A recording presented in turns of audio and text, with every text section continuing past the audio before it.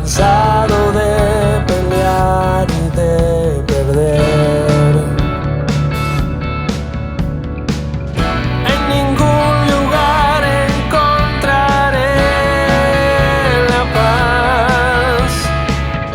Puedo escucharte una vez más decir: esta es tu iglesia, esta es tu casa. Esta mañana meditábamos un poquito en lo que el Señor hizo en nuestras vidas y pensaba cuando compartía qué bendición, hermanos. La iglesia del Señor en los primeros tiempos de desarrollo de la historia de la iglesia se caracterizaba por algunas cosas tan importantes como era la adoración, el compartir el pan, el compartir las oraciones, la adoración y también la palabra. Así que en esta noche vamos a ir a la palabra de Dios, amén.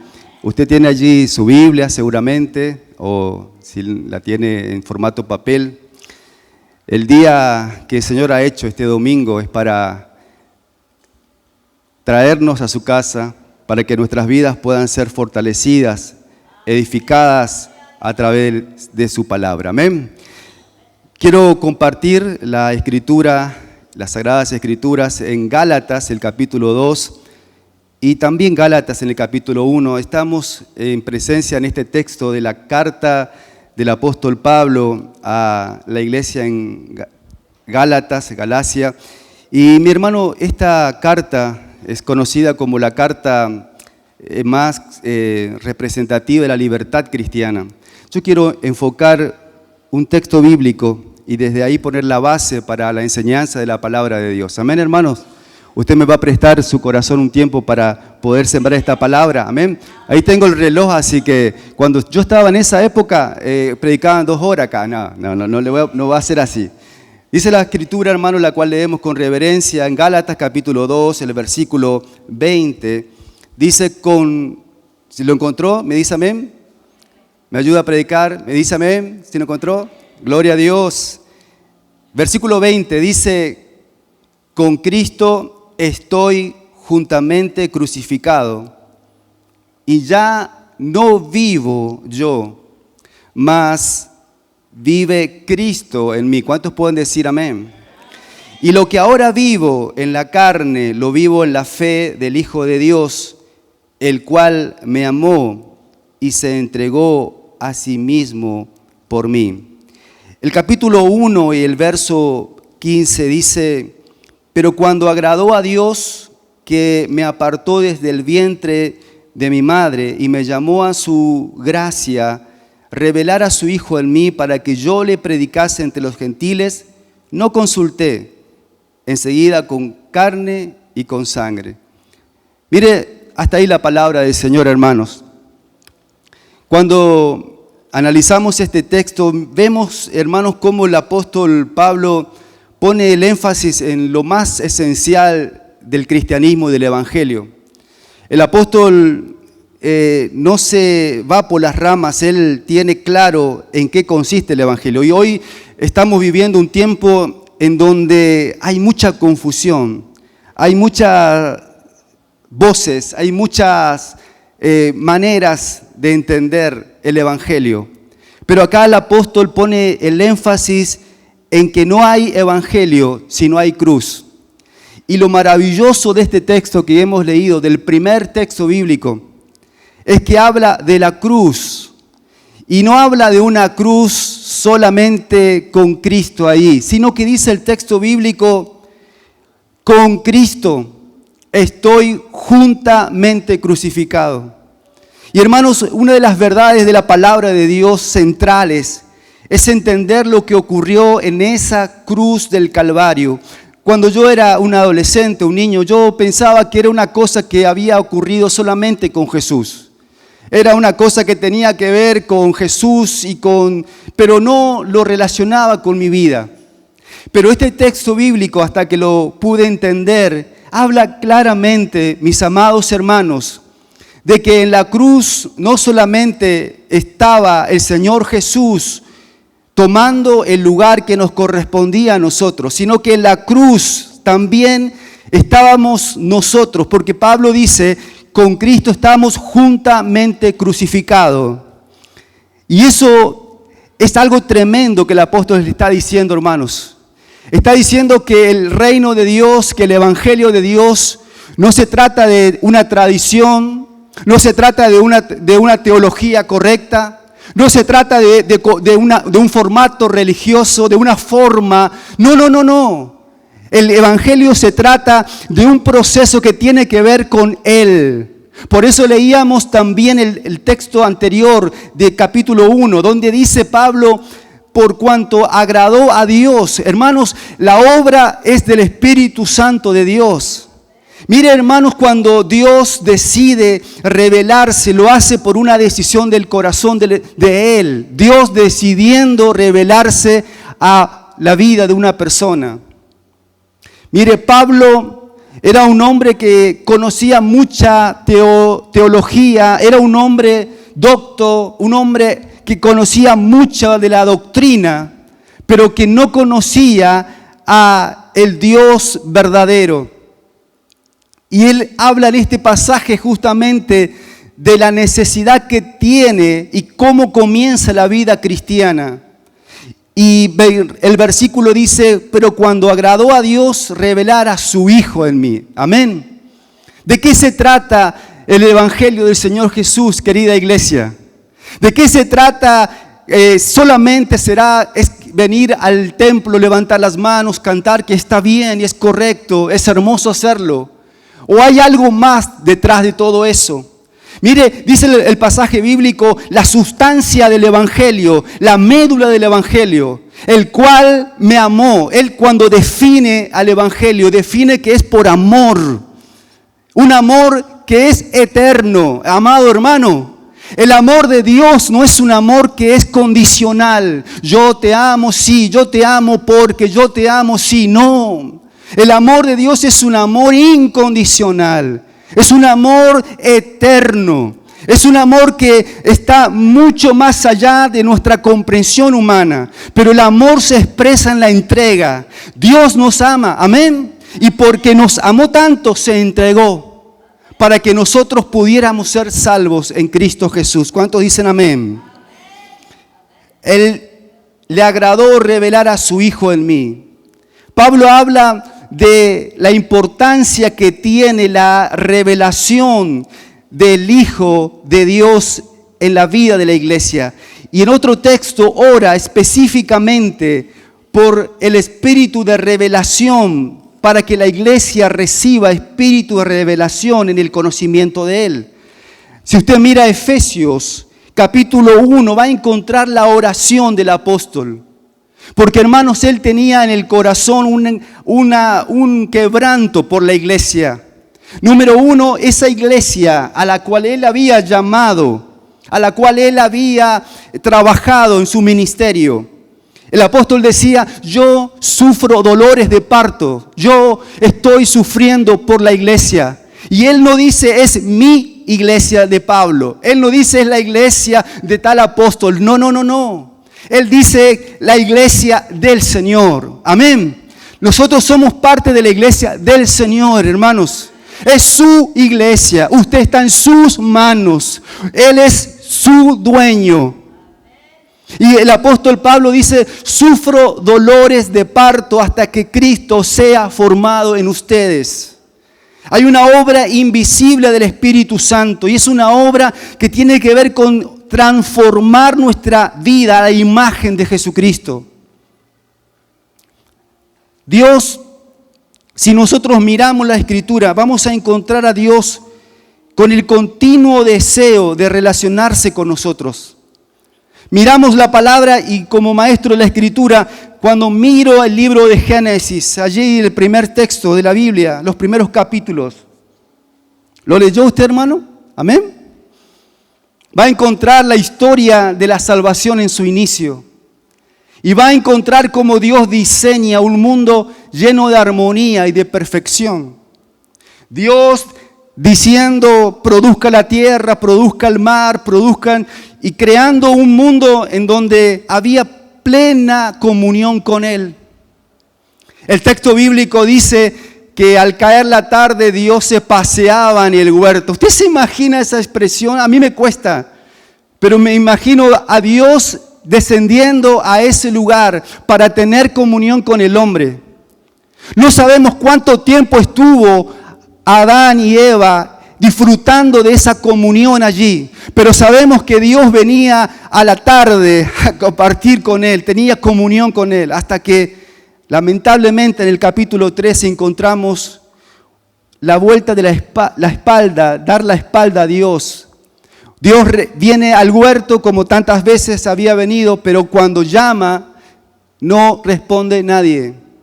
Cuando Dios le llama a Adán, le llama a Eva, en lugar de salir corriendo y de volver, estar ahí nuevamente, ellos se esconden, ellos se ocultan, ellos se agazapan detrás de árboles, de hojas, están escondidos. Algo había ocurrido, algo se había quebrado.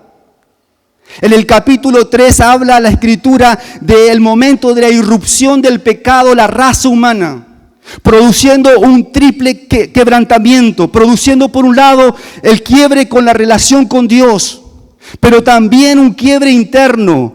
El hombre mismo se divide, corazón dividido. Quiero hacer lo correcto, pero no lo hago. Esa lucha interna que desde ese momento emerge en el corazón del hombre. Pero también una lucha con el semejante y con la creación misma. Algo ocurrió en ese momento, pero una de las cosas que ocurrió es que un velo, escucha hermano, hermana, un velo se colocó sobre el entendimiento del ser humano. Una cortina, un velo, algo que impedía que el hombre pudiera ver a Dios. Mire, a partir del capítulo 3, todo es oscuridad. El hombre, a través del campo del pensamiento humano, intentó relacionarse y entender a Dios, y aparecieron teologías y teorías y filosofías y todos los IAs que pueda haber. Pero Dios, a partir de la caída, Dios entra en un laberinto para el hombre. Él se vuelve un misterio para Dios. Dios no es conocido por el hombre. Por más que el hombre intente, buscaba formas en las estrellas, acá y allá, no había forma. Y la Escritura dice claramente que el lugar que Dios se cruzara de brazos y dijera, ellos dieron la espalda, ellos decidieron esto. El incansable amor de Dios, caminando en la historia nuevamente para acercarse, es Él. No es que yo un día me encontré con el Señor, es que Él vino a buscarme. Y vemos en la Escritura, toda la Escritura, Dios tratando de acercarse. Dios descendiendo en el monte Sinaí, en medio de las nubes, oculto, y el sonido estridente, y la gente no podía acercarse al monte que estaba ardiendo en fuego, y era tremendo el sonido que se escuchaba. El hombre, Dios acercándose, pero todavía muy lejos. Y para Dios no era suficiente el monte, Dios decide acercarse más. Y lo hace a través de una carpa, lo hace a través de un tabernáculo. Dios levanta por mandato de Moisés un tabernáculo de reunión. Escuche ese término, tabernáculo de reunión. Pero era algo móvil, algo que se iba de acá para allá, pero Dios anhelaba comunión. Hasta que llegó el momento que Dios levanta a un hombre para que le edifique un templo. Y el templo se levantó. Pero Dios no estaba todavía satisfecho con ese nivel de intimidad. Y Gálatas 4:4 dice algo tremendo. Dice el apóstol Pablo, cuando llegó el cumplimiento del tiempo, aleluya. Cuando llegó el tiempo, no el tiempo medible que nosotros tenemos, no. Cuando llegó el momento en el reloj de Dios, cuando Dios decide, hasta aquí he estado buscando, pero quiero venir a buscar al hombre de una manera diferente, más próxima todavía. Y Juan dice, en el principio ¿Se acuerda de ese texto, hermano? Era el verbo, amén. Era la palabra. Mire, hermanos, Jesucristo revelar a su Hijo, dice el apóstol Pablo, en mi vida. ¿Quién es Jesucristo? Revelar a Cristo Jesús. ¿Por qué? Porque nadie puede conocer verdaderamente a Dios si no es a través de Jesucristo. Aquel verbo, aquel que estaba al lado de la diestra de Dios sobre toda la creación, se hizo hombre. Dios no mandó un ángel, hermana. Dios no mandó un arcángel. Dios no mandó un querubín. Dios no mandó un serafín. Dios mandó a su Hijo. Vino en la persona de Jesús.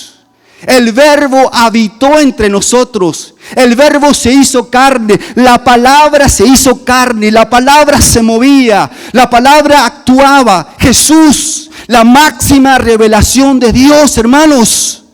Nadie pudo decir quién es Dios. A Dios nadie le vio jamás. Pero el unigénito Hijo del Padre, que está en el seno del Padre, Él le ha dado a conocer. Conocer a Jesucristo, revelarse al corazón, es una obra que hace el Espíritu Santo. Pero el Señor dijo, conviene que yo me vaya, porque si yo no me voy, no vendrá sobre vosotros el Espíritu Santo. El Espíritu Santo tiene un trabajo especial que hacer en la iglesia del Señor, y es revelar a Cristo en nosotros. Hermanos, el Espíritu Santo de Dios quiere revelar a su Hijo en nosotros. ¿Por qué? Pablo dice, todos nosotros mirando a cara descubierta, sin el velo, el rostro del Señor, somos transformados de gloria en gloria a su misma imagen. Hermanos, el Señor tiene un propósito con su iglesia. Dios tiene un propósito con tu vida como parte de la iglesia. Dios está forjando en ti la imagen de su Hijo, y es a través del Espíritu Santo que el Señor lo hace. Dios está trabajando contigo y el Señor quiere revelar su naturaleza, su dirección en tu vida y en la mía. Mire la importancia de ser renovado en el entendimiento. La palabra de Dios habla en el Antiguo Testamento de una mujer. Gálatas lo menciona, pero como una metáfora. Pero quiero decirles, queridos hermanos, que Agar no era una metáfora. Agar, su historia está en el capítulo 21 del libro de Génesis. Agar no era una metáfora linda. Era una mujer de carne, de sangre, una mujer de carne y hueso. Era una mujer que dentro de la época era considerada una cosa porque era una esclava. Mire, para nosotros es a veces difícil pensar en la esclavitud porque no estamos acostumbrados. Pero en la época del Antiguo Testamento y del Nuevo Testamento, la esclavitud era algo normal. Y las personas podían ser compradas, vendidas, podían ser usadas y desechadas, así de simple. Agar era una mujer que era esclava, egipcia, que estaba en manos de su ama, de su dueña, y que podía hacer con su vida lo que la dueña decía. Y Agar queda enfrentada en una situación que ella no decide porque es esclava. Pero como si fuese una pieza de un ajedrez, es usada para apurar los planes de Dios. Porque Sarai pensaba, usted puede mirar en la palabra después, Sarai pensaba que esa era la manera de ayudar a Dios. Acelerar los tiempos, porque pensaba, se está pasando la época, yo no tengo hijos, Abraham no tiene hijos, voy a buscar una manera, voy a buscar una forma. Y en esa forma y en esa manera Agar quedó allí. Su historia de hostigamiento, de sufrimiento, de dolor, de angustia, está relatada en la Escritura por lo menos por 15 años. Pero llega un momento en la vida de Agar, y yo quiero detenerme en esta noche, en este texto. Agar está huyendo. Agar está escapando de la hostilidad. Agar está escapando de la violencia de un sistema que la lastimaba, que la golpeaba, que la humillaba. Y decide irse. Y el versículo 15 dice que a esta mujer sola, usada, le faltó el agua del odre. Y sabe, cuando en el desierto te puede faltar todo, pero lo que no te puede faltar en el desierto es agua. Si hay algo que no te puede faltar en un lugar hostil como el desierto es agua. Y a ella le llegó la última gota, ya no tenía más. Pero tenía un hijito, un muchachito de 13, 14 años que estaba con ella. Y dice la Escritura, y se fue y se sentó enfrente, colocó al muchacho debajo de un arbolito allí porque no quería verlo morir. Ella pensaba, llegamos hasta acá, estamos en esta situación y ya no hay salida para nosotros. Hemos recorrido este camino con mi hijo, pero no puedo verlo morir, no puedo ver a mi hijito morir, no puedo verlo en esa condición. Voy a apartarme a tiro de piedra, dice la Escritura, unos metros. Era una mujer valiente, pero era una mujer que no podía soportar ver a su hijo en esa situación. Pero la Escritura dice, aleluya. Y el muchacho alzó la voz y lloró. No dice oró, dice lloró. Y oyó Dios la voz de ese muchacho. Y el ángel de Dios llamó a Agar desde el cielo y le dijo, Agar, ¿qué pasa? Agar, ¿qué te está pasando? Y yo me imagino a esa mujer, ¿qué me va a pasar? Me estoy muriendo de sed. Vengo con una historia pesada. Vengo con historias de maltrato, de sufrimiento. ¿Qué me está pasando? ¿Qué me pasa? Es como esa pregunta.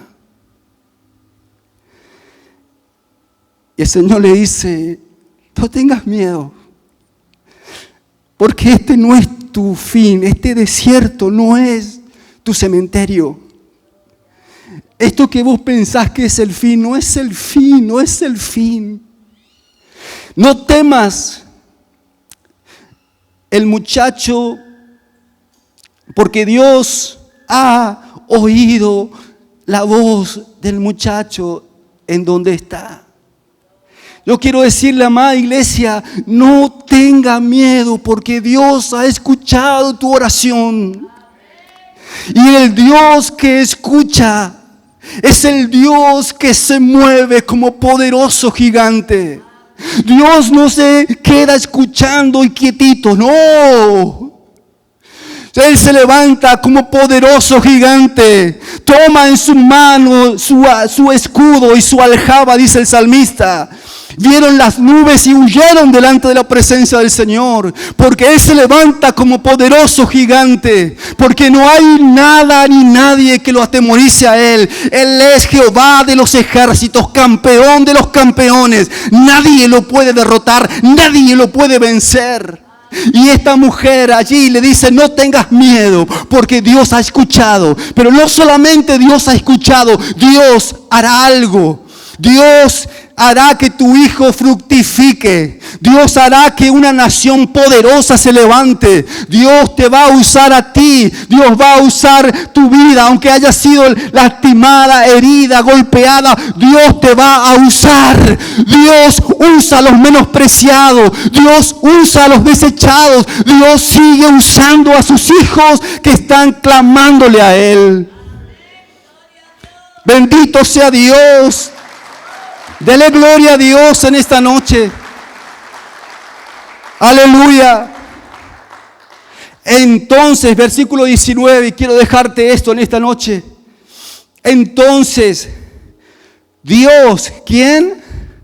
Dios, aquel que era un misterio oculto, que nadie lo podía descifrar, vino acercándose un poquito en el monte, en el templo, en el tabernáculo, en la persona de Cristo. Y ahora allí también, en el Antiguo Testamento, Dios le abrió los ojos y ella pudo ver una fuente de agua. Ella estaba en el desierto, pero estaba tan cerca de una fuente de agua viva, pero ella no lo veía. Por eso la iglesia necesita espíritu de revelación. La iglesia necesita ver de dónde vienen los recursos invisibles de Dios. Ella estaba absorbida por su dolor, por su sufrimiento, y sus lágrimas no le dejaban ver. Pero Dios viene y le dice: Agar, mira lo que está ahí. Y ella dice, abrió sus ojos y vio una fuente de agua viva. Dios, hermano, tiene una fuente de provisión para tu necesidad. No sé cómo el Señor lo hará, pero el Señor lo hará. El apóstol Pablo decía, no ya yo, sino Cristo. Hermano, no se trata de que yo sé, yo creo, yo siento, yo pienso, yo actúo. No. La vida cristiana se trata justamente de Él. No se trata de mí, se trata de Él. Se trata de lo que Él puede hacer en nuestra vida. La vida cristiana es una transformación producto de la revelación. Pero hermanos, si no hay una relación con Dios, no habrá una revelación. Repito, si no hay una relación, no habrá revelación. Hay un momento en que tenemos que decirle al Espíritu Santo, revélate, porque no es una cosa de un día, no es una cosa de un momento, en un culto, no. Es una cosa de gloria en gloria, día a día. Pablo oraba y le decía para que Dios les dé espíritu de revelación en el conocimiento de Él. Tenemos que permitirle al Espíritu Santo que Él abra el campo de nuestra mente a lo que Él está haciendo. En el Antiguo Testamento, y con esto cierro, nos cuenta la historia bíblica, un episodio en la vida del profeta Eliseo. Un hombre extraordinariamente usado por Dios. Su historia está en Reyes, Segunda de Reyes, capítulo 6, el versículo 14. Hay un rey perverso, hay un rey malo, hay un rey hostil allí. Versículo 14 dice, entonces envió el rey a gente con caballos, con carros, un gran ejército. El versículo 14, y vinieron de noche. El rey perverso manda a sus ejércitos de noche. Cuando nadie los veía, cuando nadie los escuchaba, él mandó a sus ejércitos y sitiaron la ciudad, lo rodearon allí. Aleluya. Seguramente pensó, mañana cuando salga el sol y resplandezca el sol, voy a atacar a esta ciudad, voy a conquistar esta ciudad, voy a matar al profeta. Pero mire lo que dice la Escritura, verso 15. Y se levantó de mañana y salió el que servía al hombre de Dios. Y he aquí que un ejército tenía sitiada la ciudad, con gente de a caballo, carros. El siervo del profeta sale, se levanta y ve que las cosas no están bien. Ve que hay enemigos de acá y de allá, de acá y de atrás y por el costado y por todos lados. Entonces el criado le dice al profeta, ay Señor mío, ¿qué voy a hacer? ¿Qué voy a hacer ahora que estoy rodeado? ¿Qué voy a hacer ahora que el médico me dijo que tengo este diagnóstico y que parece que no tiene solución? ¿Qué voy a hacer ahora que parece que la cosa en mi matrimonio no arranca, no encontramos la forma? ¿Qué voy a hacer? ¿Qué haremos? ¿Qué haremos? Estoy golpeando puertas, estoy dando currículos para acá, para allá y no hay puertas que se abran. ¿Qué voy a hacer? Él le dijo, como le dijo a Agar, no tengas miedo, porque más son los que están con nosotros que los que están con ellos. No importa sus carros cerrados, no importa sus armas poderosas. Lo importante es que mayor es el que está con nosotros. Mañana tendrás que levantarte y tal vez te sientas sitiado por las situaciones en tu trabajo, en la familia. Pero recuerda esto, no es tiempo de tener miedo, es tiempo de entender por revelación que más son los que están con nosotros que los que están con ellos.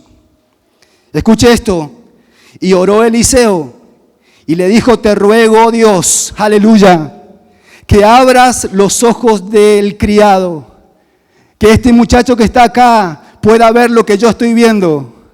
Hermanos, la misma realidad, los mismos caballos estaban ahí, la misma situación adversa, pero entre el siervo de Dios y el criado había una gran diferencia. Uno veía y el otro no. Eso es lo que le pasa a la iglesia del Señor. La misma realidad, pero algunos ven y otros no lo pueden ver. Pero mire lo que dice el profeta, aleluya. Te ruego, oh Jehová, que abra los ojos para que él vea. Entonces Jehová abrió los ojos del criado y miró. Pudo ver, aleluya. Y aquí que la montaña estaba llena de gentes de caballos y carros, pero no eran carros de hierro, no eran carros de bronce, no eran carros tirados por tracción de sangre, eran carros de Dios, eran carros de fuego. Y hermano, no importaba ese ejército grande que venía, ellos tenían un círculo íntimo, un círculo secreto, que eran los ejércitos del cielo. Hermano, Dios está a tu alrededor. Y me gusta el pasaje bíblico que dice que Dios nos rodea con cantos de liberación. Cuando viene el enemigo y te está diciendo no vas a poder y te está lastimando, Dios te rodea con cantos de liberación. Y, aleluya, Dios, te has imaginado escuchando las canciones, es hermoso. Dios escucha. Pero el texto bíblico dice que Dios nos rodea con cantos de liberación. Dios moviéndose a nuestro alrededor, cantando canciones de libertad. Cada vez que estás pasando por una lucha, unite al canto del Señor. Comenzá a declarar, no importa lo que me hayan dicho. No importa que haya salido esta resolución en contra de mí. No importa que se haya fraguado este plan para lastimarme. Dios está de mi parte. Y las armas de Dios no son de bronce, no son de hierro. Las armas de Dios son poderosas para destrucción de fortalezas. No tengas más miedo. Hermana, no tengas más miedo. La máxima revelación de Dios es Jesucristo. Aquella palabra por la cual Dios creó todas las cosas, el verbo de Dios. Dios dejó de ser un misterio cuando Jesús se reveló y no hay forma de entender a Dios. No está mal leer libros de filosofía, historia, no está mal, pero no viene por ahí. No viene por un seminario, un instituto bíblico. Yo soy profesor, hace años que soy profesor de instituto bíblico, no está mal. La cosa no viene por una impartición externa, es de un lugar de fuentes invisibles que viene el conocimiento de Dios y es el Espíritu Santo. El Espíritu revela los secretos de Dios. Dios deja de ser un misterio cuando Dios se comienza a revelar a través del Espíritu Santo. Ruego por la iglesia, para que la iglesia se fortalezca en el Señor, decía Pablo. Para que la iglesia entienda que no ya yo, sino Cristo en mí. para que la iglesia entienda que la cruz no tiene que estar vacía, yo tengo que ir a la cruz. Porque no hay manera de vivir una vida nueva si la vida vieja no queda bajo sentencia de cruz y de muerte. Repito esto. ¿Por qué no puedo vivir una vida de victoria? Porque humanamente no podemos hacerlo. Para que la vida opere en nosotros, la muerte tiene que operar en nosotros. Tenemos que ir a la cruz juntamente con Cristo. Tenemos que llevar nuestro carácter a Cristo y que bajo la sentencia de la cruz, el oprobio de la cruz quede expuesta para siempre. Y la cruz no es un lugar para un ratito, es un lugar de mortificación, es un lugar de muerte, es un lugar donde nuestro yo debe ser colocado y sujetado para que el nuevo hombre en Cristo se forme en nosotros. No ya yo, sino Cristo en mí. Y la vida que ahora la vivo en la fe del Hijo de Dios, el cual me amó y se entregó por mí. El cristianismo es intercambio de vida. Tú le das tu vida rota, quebrada, lastimada, y Él te da la vida de Cristo. La indestructible y eterna vida de Cristo. Y ya no vives tú, no son tus pensamientos, mañana voy a hacer esto, voy a hacer aquello, olvídate de tus planes. Decirle al Espíritu Santo, enséñame, Señor. Y el Señor dice en el Salmo 32:8, te haré entender y te enseñaré el camino en el que debes andar. No seas como la mula, no seas como el caballo, que han de ser sujetados con freno, con cabestro, porque si no, no se acercan a ti. Mi hermano, póngase de pie con reverencia al Señor esta noche. Y donde usted está, el Espíritu Santo ha estado hablando a su corazón y al mío también, hermanos. Hay personas que han estado huyendo de situaciones y han estado pensando, no hay para mí una respuesta. Pero hoy el Señor te dice, deja de huir ya. Es el momento de que entiendas que el Señor te está saliendo en el camino. Hay mujeres que están huyendo, a veces intentando escapar. Hay jóvenes acá que tal vez están queriendo escapar de algo, pero no se trata de esconderse, de huir. Se trata de mirar el rostro descubierto de Cristo. Y cuando miramos a Cristo somos transformados. ¿Por qué en esta noche no le decís al Espíritu Santo, Señor, que esas escamas que tenía Pablo que cayeron de sus ojos cuando tú te revelaste, yo quiero que me pase lo mismo en esta noche?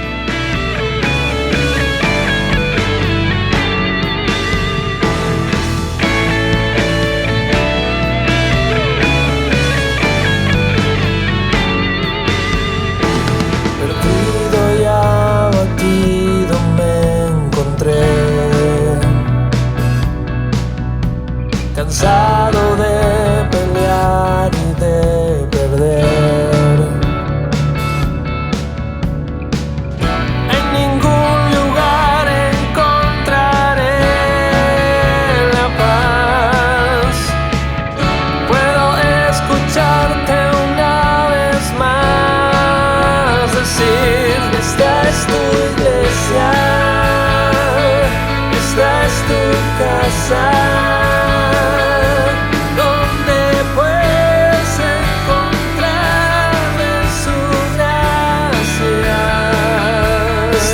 Tu iglesia, esta es tu casa.